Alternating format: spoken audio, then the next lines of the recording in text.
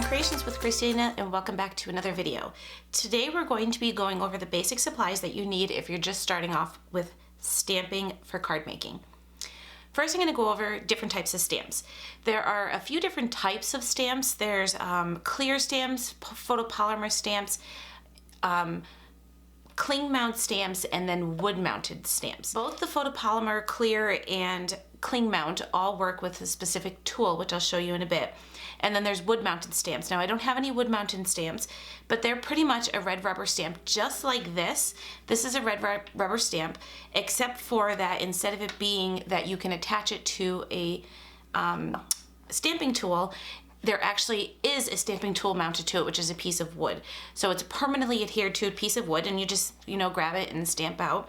But what's nice about the ones that are cling mounted is that you can buy sets. So the photopolymer ones, which are the high quality stamps that work with generally just about all different inks, all different types of inks, styles of inks, and I'll go over inks in another video, but there's also a clear stamp, which is not made of photopolymer, that doesn't quite work with all inks. It's they're a little bit harder to use with your different type of inks. Probably your best would be some kind of permanent ink, but photopolymer works with pretty much everything.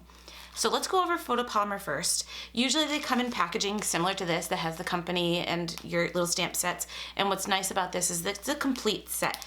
You can also sometimes buy dies that coordinate with these. And I'll go over that in another video, but for just going over stamps, this is, pretty much how they're packaged. I repackage mine so I can keep them a little bit more organized into these clear pouches, which I have videos posted on my blog or in here on my channel, but I will link those up in the card above or down below I was going to say downstairs in the description, down below in the description. So anyway, that is a photopolymer. They come in sets like this. They always come on some type of acetate piece with the printing usually right on the acetate. So you can see that if I pull this stamp off, that black marking stays on there and you just have your stamp. And then we have things like cling mount stamps. Cling mount are similar to these are by Tim Holtz, and they're a red rubber stamp and have a piece of foam in between and then this cling material that you can stick this to any type of acrylic block or whatever you're stamping with, which we'll go over in a bit. Another thing to have probably in your stash, and I've used this for not only stamping, but for paper piercing. You probably saw me pull this out in my very first video when I talked about the basic tools, is this foam mat. I've gotten mine from Stampin' Up. I've had it for quite some time.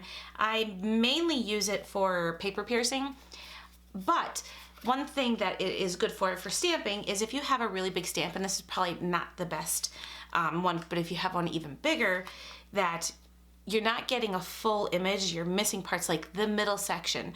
Putting a foam mat underneath it when you're stamping actually helps you get a clearer and more precise stamp, and that everything is filled in when you're stamping.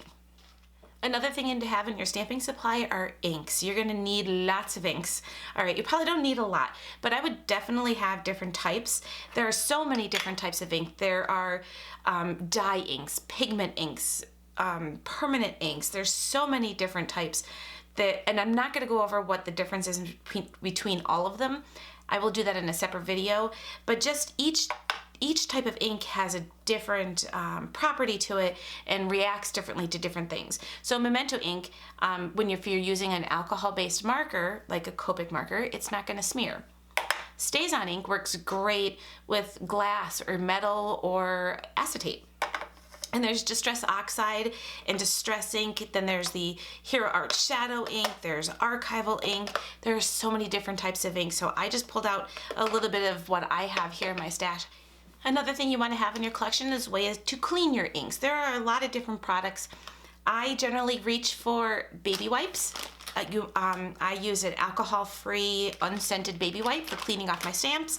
I just recently purchased this Lawn Fawn chamois, which dries out if you don't use it. So sometimes you don't see me using this in my videos because I usually forget to put it away in a container so that it doesn't dry out. And another thing I like to have in my stamp cleaning supplies is my cleaning pad.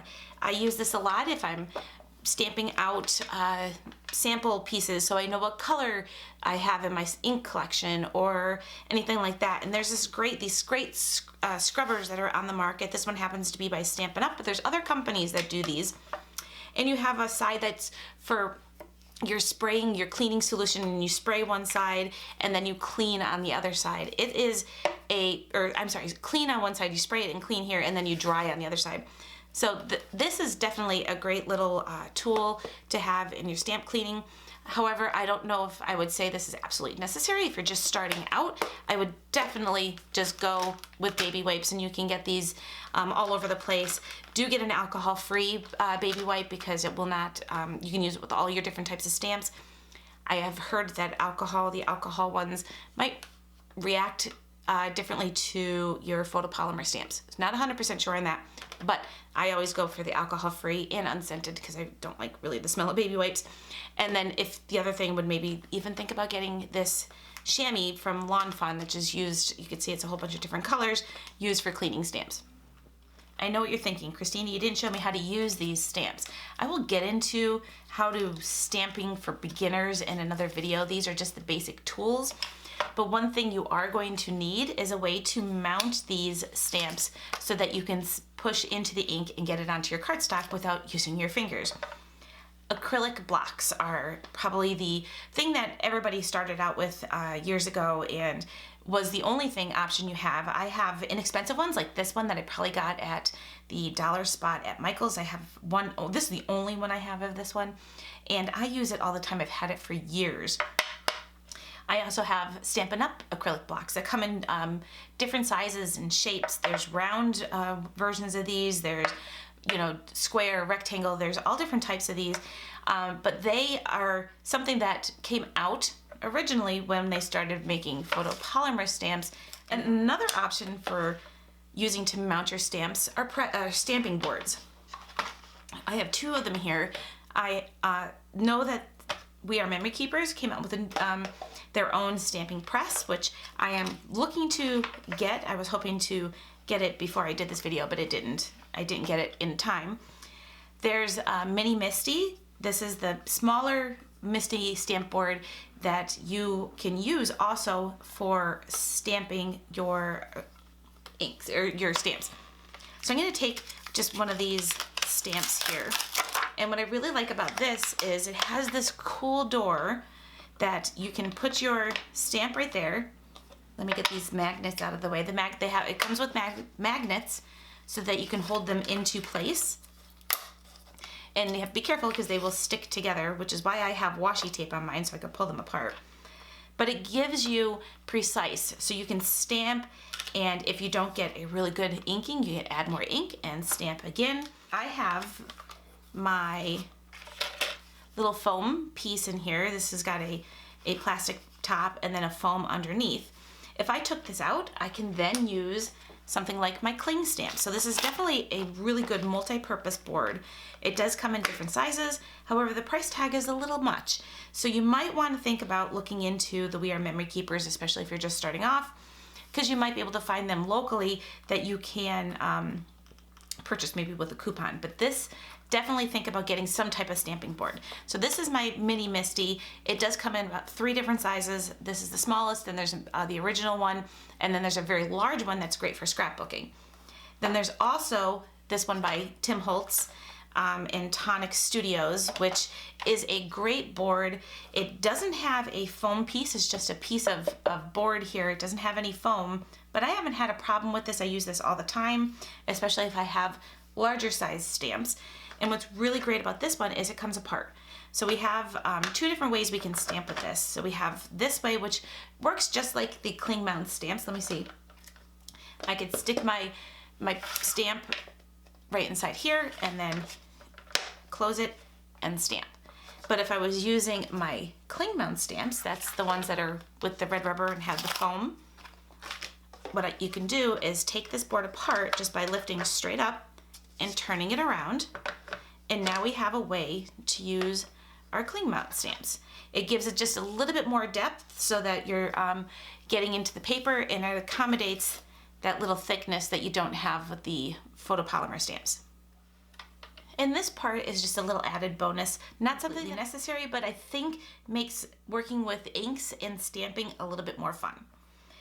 Distress Oxide and Distress Inks by Tim Holtz are great blending inks, things where you can add some shading on the edge of your card or create some cool backgrounds with. So you definitely want to think about getting some blending tools.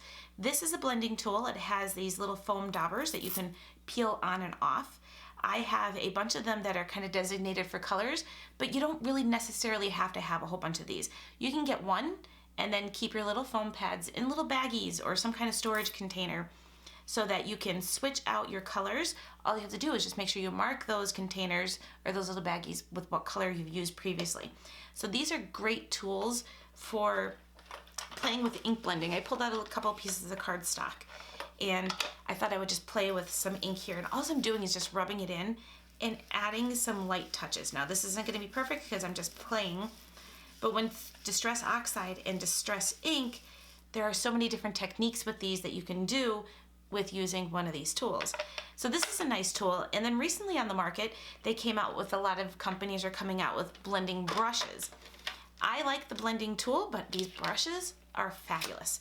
And I have a whole bunch of these ones that are by Tim Holtz that I picked up, and all I did with these was just marked what color. I don't have one for every single one of my colors. I just marked it with a little bit of orange to know that I'm always going to use this with my orange inks. And all you have to do is just rub your brush into it and then start rubbing that onto your page. And you get this really cool, nice, subtle color and shading onto your card. So this is kind of like my little bonus part for your video of something little if you want to add a little extra to your stamping tools if you're just starting. Think about getting things for blending inks. I hope you guys enjoyed today's video. I'll leave a link to all the products that I showed down below in the YouTube description and on my blog if you want to check it out. Don't forget to give today's video a thumbs up if you liked it, and I will catch you all in the next video. Thanks for watching.